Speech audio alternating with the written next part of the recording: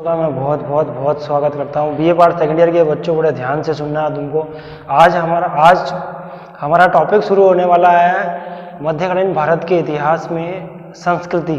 संस्कृति किसे कहते हैं? मध्यकालीन भारत के इतिहास की संस्कृति क्या है? तो ये देखो, यहाँ पे मैं बता रहा हूँ संस्कृति। संस्कृति किसे कहा जाता है? एक तो होता है संस्कृति, एक होती है सभ्यता। संस्कृति क्या है और सभ्यता क्या है? हमें संस्कृति आएगी तो हमें सभ्यता, यानी सभ्य पुरुष हम बन जाएंगे। सभ्य पुरुष। संस्कृति का मतलब होता है कि हम क्या हैं, यानी हम क्या हैं, और सभ्यता का मतलब है हमारे पास क्या क्या है, हमारे पास क्या क्या है। अगर संस्कृति को देखा जाए तो एक तो होती है भौतिक संस्कृति और एक होती है अभौतिक संस्कृति। अभौतिक संस्कृति, भौतिक संस्कृति कौन सी होती है? अभौतिक संस्कृति। भौतिक संस्कृति जो है जिसको हम छू सकते हैं, महसूस कर सकते हैं, जैसे मकान है, दुकान है, कार है, अलमारी है, दीवार है, और अलग अलग जो चीज़ें जो होती है जिसको हम छू सकते हैं, महसूस कर सकते हैं, उसको तो हम भौतिक संस्कृति कहते हैं। अभौतिक संस्कृति उसको कहते हैं जिसको हम केवल महसूस कर सकते हैं, छू नहीं सकते हैं। जैसे निरंतर चलने वाली प्रक्रियाएं जो होती है वो अभौतिक, जैसे धर्म है, दर्शन है, वायु है, प्रकाश है, सूर्य है, नाटक है, संस्कार है, व्यवहार है, जो निरंतर चल रहे हैं वो अभौतिक संस्कृति कहलाती है। भौतिक संस्कृति, अभौतिक संस्कृति को समझने के बाद अब हम सभ्यता और संस्कृति में अंतर भी जान पाएंगे।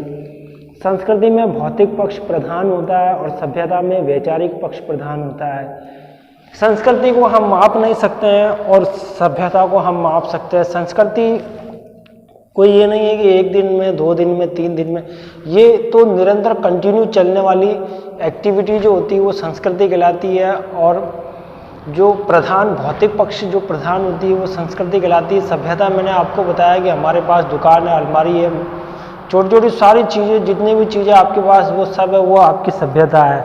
ठीक है। संस्कृति की अगर मैं और बात करूं तो संस्कृति में प्रतियोगिता नहीं होती है और सभ्यता में प्रतियोगिता होती है। संस्कृति में कभी प्रतियोगिता नहीं होती है कि भाई जो इसके 50 नंबर आ गए उसके 90 नंबर आ गए, ऐसे, या कोई कंपटीशन, घुड़दौड़ है, रथ दौड़ वगैरह, ऐसा कोई दौड़ वगैरह नहीं होता है।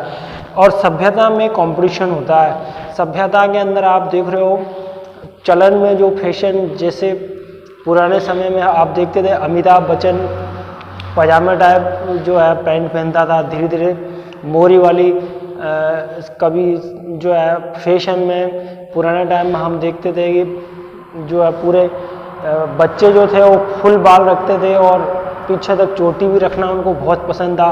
आज हम देख रहे हैं कि बच्चे लोग जो है पूरे साइडों से बाल गायब, बीच में से गायब, गजनी टाइप के बाल। मतलब सभ्यता का मतलब होता है चेंजेस, परिवर्तन आता रहता है। चलन में जो फैशन में जो होता है वो सभ्यता कहलाता है और संस्कृति एक जैसी बनी रहती है। जैसे दीपावली है, होली है, रक्षाबंधन है, कोई भी त्यौहार वगैरह है, व्रत है, इनमें कोई परिवर्तन नहीं होता है। करवा चौथ का व्रत है, ये अपने समय अनुसार ये निरंतर चलने वाली एक साइकिल होती है और ये चलती रहती है, इसमें चेंजेस नहीं होता है। परिवर्तन का मतलब होता है सभ्यता। आज ये फैशन चल गया, कल ये फैशन चल गया, परसों ये फैशन, दिन पे दिन कभी क्या फैशन है, कभी क्या फैशन है, अभी ऑनलाइन पढ़ाने का फैशन आ गया।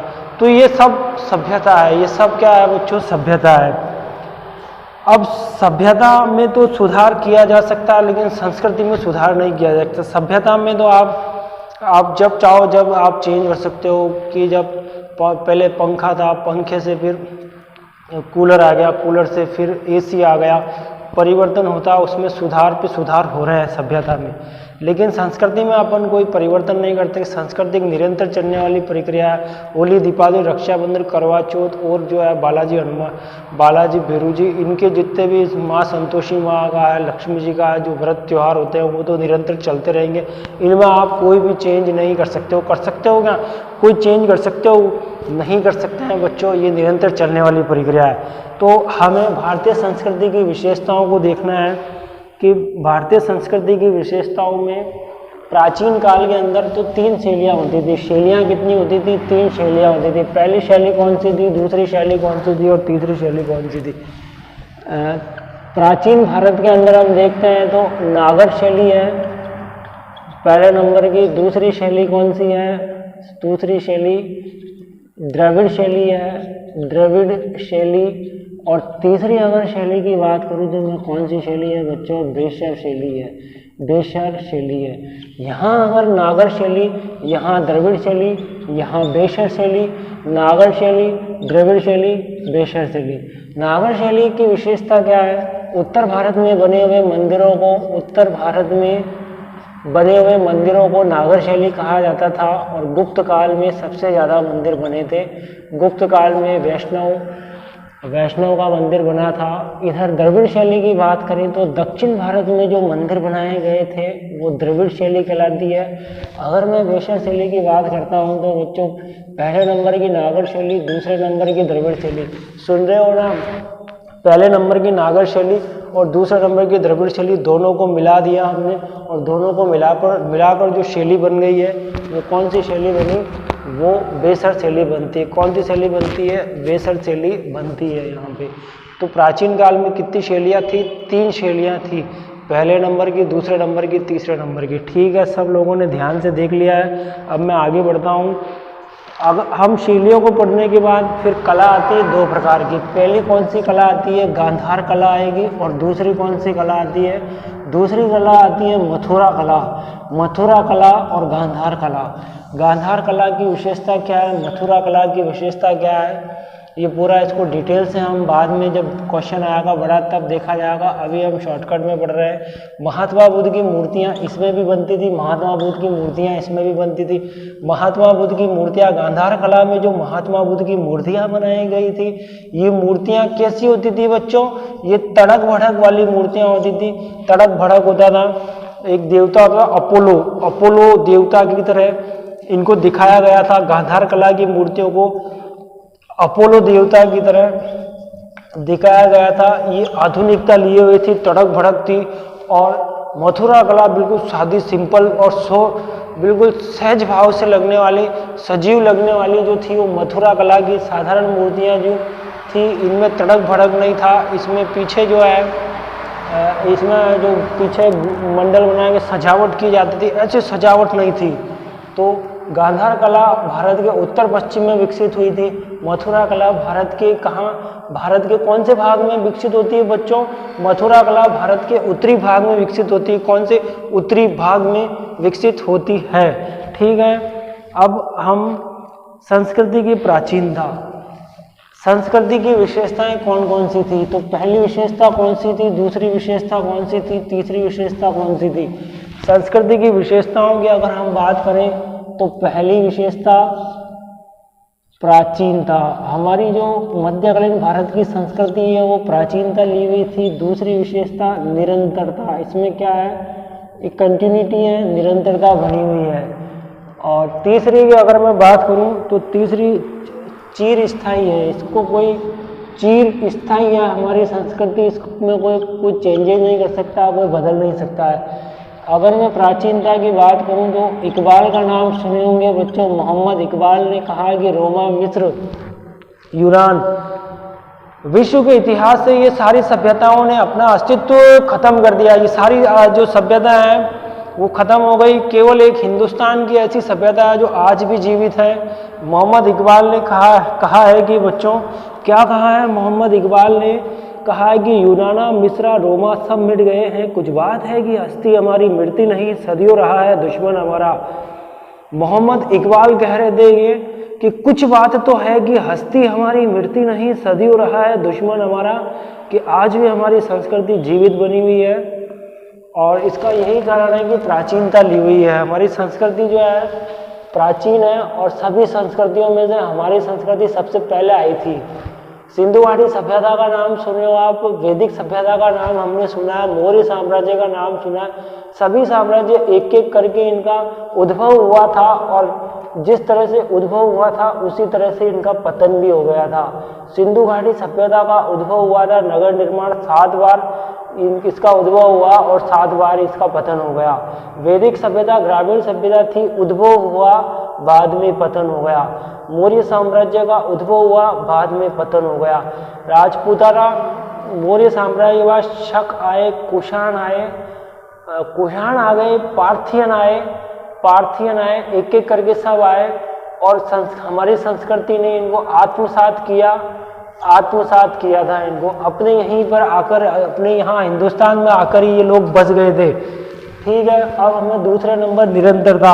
हमारी संस्कृति में निरंतरता कैसी बनी है? जैसे विदेशी जातियां भी आई थी। पहले नंबर पे कौन? शक आए थे। दूसरे नंबर पे कुषाणों में सबसे महान शासक कौन है? सबसे महान शासक कौन है बच्चों? कनिष्क महान कहलाता है। कौन कहलाता है? कनिष्क महान कहलाता है। शक, कुषाण, सातवाहन। सातवाहन में ये आंध्र प्रदेश में ये वंश था और सातवाहनों में गौतमी पुत्र सातकर्णी का नाम फेमस माना जाता है। गौतमी पुत्र सातकर्णी फेमस माना जाता है। सातवाहन हो गए। पार्थियन आ गए, जिन्होंने सूर्य की उपासना करना इन्होंने ही सिखाया था।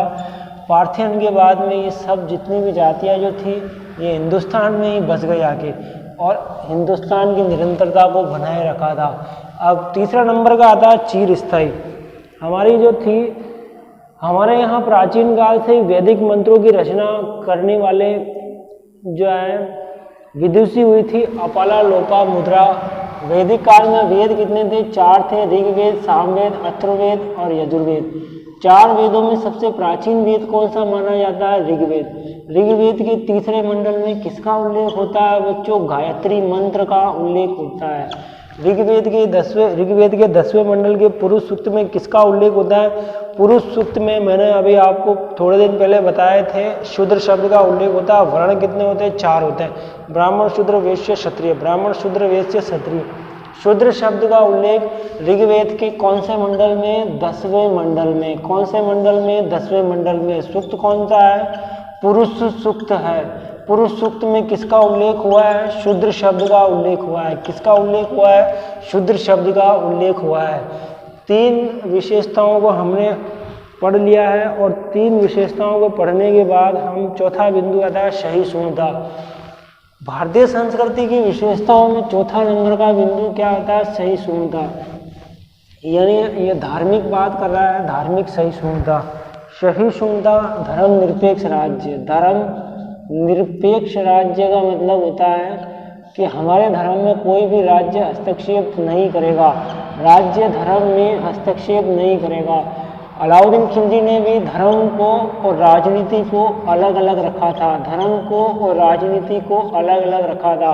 हमारे देश के अंदर, भारत के अंदर आपको पता है कि धर्म जो है अलग अलग धर्म के लोग रहते हैं। अलग अलग धर्म में हिंदू धर्म है, यहाँ पे जैन धर्म है, यहाँ बौद्ध धर्म है, यहाँ पे ईसाई धर्म है, यहाँ हमारे देश के अंदर मुसलमान हैं और पंजाबियों की बात करें तो पंजाबी हैं, बिहारी हैं। अलग अलग दक्षिण में तमिल, तेलुगु बोलने वाले विभिन्नता होते हुए भी हमारे यहाँ क्या है बच्चों? धर्मनिरपेक्ष राज्य है। कोई भी किसी के धर्म में हस्तक्षेप नहीं करेंगे। कोई किसकी पूजा करता है, कोई किसकी पूजा कर सकता है। कोई हनुमान जी का व्रत रखता है तो मैं उसको ये नहीं कहूँगा कि भाई तू हनुमान जी का व्रत क्यों रखता है, तू लक्ष्मी जी का व्रत रख। कोई किसी के धर्म में कोई टांग नहीं अड़ाता है। सब अपने अपने धर्म में, कोई व्यक्ति भी किसी के धर्म में हस्तक्षेप नहीं करेगा। अगर कोई व्यक्ति किसी के धर्म को खंडित करता है, कुछ भी करता है, तो कानूनी रूप से उस पर कार्यवाही होती है। राज्य जो है सरकार, गवर्नमेंट सरकार है, राजस्थान सरकार है, भारत सरकार है, किसी के धर्म के मामले में कोई हस्तक्षेप नहीं होता है। यही प्राचीनता हमारे काल में शुरू से लेके आज तक बनी हुई है, निरंतरता लिए हुए है। ठीक है, अब मैं ग्रहणशीलता की बात करूँगा। अब यहाँ ग्रहणशीलता, नेक्स्ट बिंदु क्या आया? ग्रहणशीलता।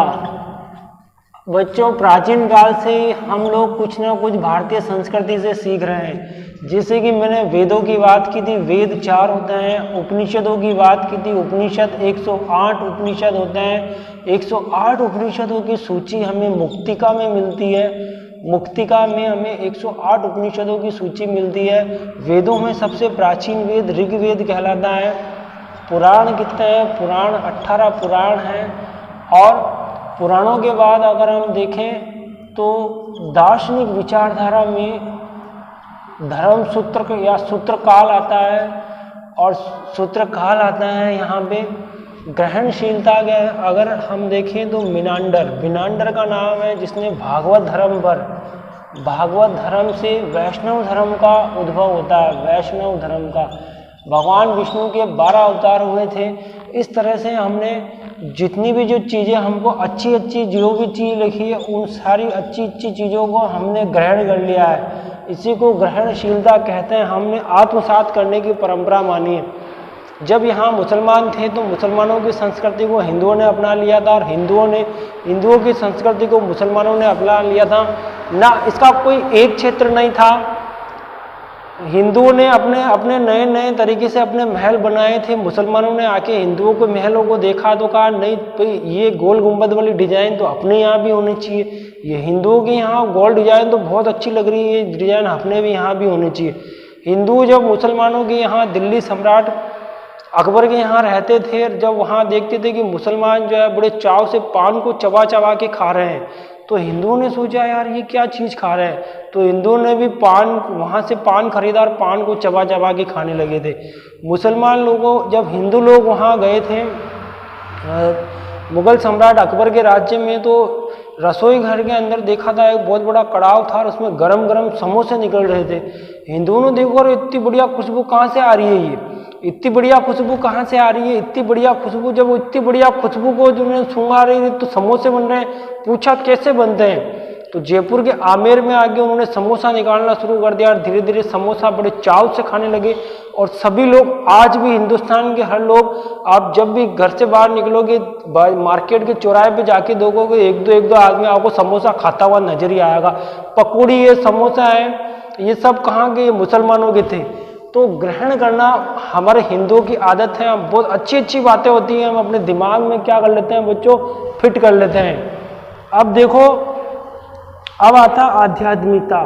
तो अगर आध्यात्मिकता की बात करें तो हिंदू संस्कृति में दर्शन, प्राचीन काल से दर्शन जो है कात्यायन स्मृति है। कात्यायन स्मृति, बृहस्पति स्मृति है। इन स्मृतियों का एक दर्शन होता है, आध्यात्मिक दर्शन है। और जो वेद के अंदर 4 वेद है वो भी आध्यात्मिक दर्शन की बात करते हैं, धर्म की बात करते हैं। शंकराचार्य का अद्वैतवाद, शंकराचार्य ने कौन सा सिद्धांत दिया था, अद्वैतवाद का सिद्धांत दिया था। यहाँ हम धर्म सुधार आंदोलन के सुधारकों की बात करते हैं तो मीराबाई का नाम आता है, संत दादू का नाम आता है, रैदास जी का नाम आता है, कालिदास जी का नाम आता है, तुलसीदास जी का नाम होता है।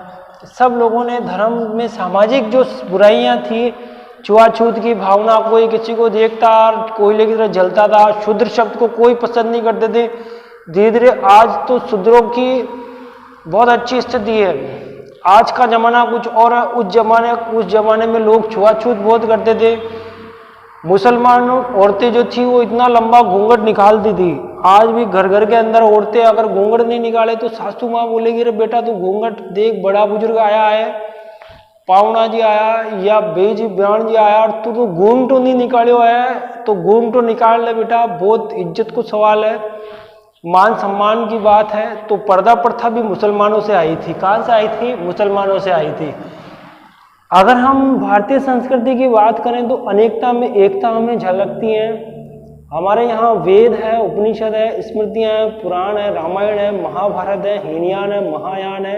रामानुजन का विशिष्टाद्वैतवाद का सिद्धांत है, शंकराचार्य का अद्वैतवाद का सिद्धांत है, निम्बाकाचार्य का शुद्धाद्वैतवाद का सिद्धांत है, वल्लभाचार्य का पुष्टिवाद का है, मध्वाचार्य का भेदवाद है। अनेक संप्रदाय, अलग अलग धर्मों के ग्रंथ हैं। महाकाव्यों में आपको पता है रामायण और महाभारत का एक विशेष योगदान है कि रामायण भी अपना एक महत्व रखती। महाभारत में कितने श्लोक है रे बच्चों? 1 लाख श्लोक हैं। कितने श्लोक है रे? 1 लाख श्लोक हैं। किसमें? महाभारत में, है ना। महाभारत का रचयिता कौन है बच्चों? वेद व्यास है। रामायण का रचयिता कौन है बच्चों? वाल्मीकि है। कौन है? वाल्मीकि है। आपको बड़े ध्यान रखना है कि ये बहुत बड़े महाकाव्य थे। रामायण महाकाव्य था, महाभारत था। अकबर के काल में आपने पता है कि महाभारत का अनुवाद हुआ था रज्मनामा के नाम से, रामायण का अनुवाद फारसी भाषा में किया गया था, कुरान का अनुवाद किया गया था, वेदों में देखे तो अथर्ववेद का अनुवाद किया गया था। अगर इतिहास के बारे में इतिहास को खोलकर देखो तो किसका इतिहास का उल्लेख किस में किया गया, कश्मीर के इतिहास का उल्लेख संस्कृत में किया गया। अगर उपदेशों की बात करो तो हितोपदेश का फारसी भाषा में अनुवाद किया गया बच्चों, किसमें, फारसी भाषा में अनुवाद किया गया था। फारसी भाषा में अनुवाद करने का डिपार्टमेंट कौन जिम्मा लिया है, इसका जिम्मा कौन लिया है, अकबर महान ने इसका जिम्मा लिया है। हमारी संस्कृति बच्चों जो प्राचीन काल से चली आ रही है वो आज भी चली आ रही थी, आजीवन हमारी संस्कृति चलती रहेगी। सभ्यता जो है उस सभ्यता के बाद अलग है, सभ्यता में बदलाव आता रहता है, परिवर्तन होता रहता है, परिवर्तन की इस राजनीति को ही सभ्यता कहते हैं। और इस तरह से ये सभ्यता और संस्कृति वाला टॉपिक जो है वो आज मैं यहीं पर फिनिश कर रहा हूँ। हमने 3 क्वेश्चन कर लिए थे पूरे मध्यकालीन भारत के इतिहास की संस्कृति में। हमने जैन धर्म पढ़ लिया, हमने बौद्ध धर्म पढ़ लिया, हमने 2 टॉपिक और उससे पहले 1 टॉपिक और किया था हमने। ये आज चौथा क्वेश्चन है तुम्हारे। मध्यकालीन भारत के संस्कृति में हम कितने बिंदु पढ़े हैं बच्चों, आश्रम व्यवस्था हमने पढ़ लिया। पहले नंबर का मैंने आश्रम व्यवस्था आपको करवा दिया, दूसरे नंबर की चीज मैंने आपको जैन धर्म करवा दिया, और तीसरे नंबर का हमने महात्मा बुद्ध को तो आप बहुत अच्छे से पढ़े हो, महात्मा बुद्ध मैंने आपको करवा दिया। और महात्मा बुद्ध के बाद भारतीय संस्कृति की विशेषता मैंने आपको करवा दिया कि भारतीय संस्कृति की विशेषता कौन कौन सी है। कल मैं नया टॉपिक लेकर आपके सामने फिर प्रस्तुत होऊंगा। आज के लिए इतना ही बहुत है बच्चों। सभी बच्चों को okay, thank you very much.